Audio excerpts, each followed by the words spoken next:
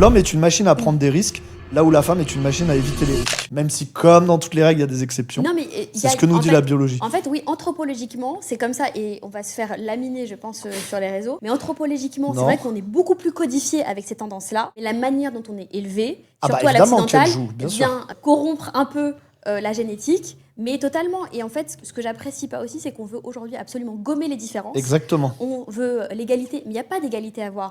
Il y a une complémentarité. Mais tout le monde est différent. Déjà, entre frères, on est différents. Ce qu'il faut dire, c'est pas qu'il n'y a pas de différence et qu'on est tous totalement égaux et similaires. Non, on doit être égaux. Qu'il y ait des différences entre les hommes et les femmes, ça veut pas dire que les femmes, elles doivent avoir moins de droits. Ça veut pas dire qu'elles doivent être moins bien traitées. C'est pas une excuse pour traiter les gens comme inférieurs. Oui. Et les différences, elles sont négatives, elles sont positives. Il y a des trucs où on est meilleur, il y a des trucs où vous êtes meilleur. On n'a pas le même cerveau, on n'a pas le même corps, voilà. On crie à l'égalité en voulant gommer toute différence alors qu'il faut les célébrer déjà. Et aujourd'hui, on a tendance à oublier qu'on est des animaux, on a des codes génétiques. Même notre cerveau, il est radicalement... Enfin, il est très différent entre les hommes et les femmes. Oui, mais bien sûr.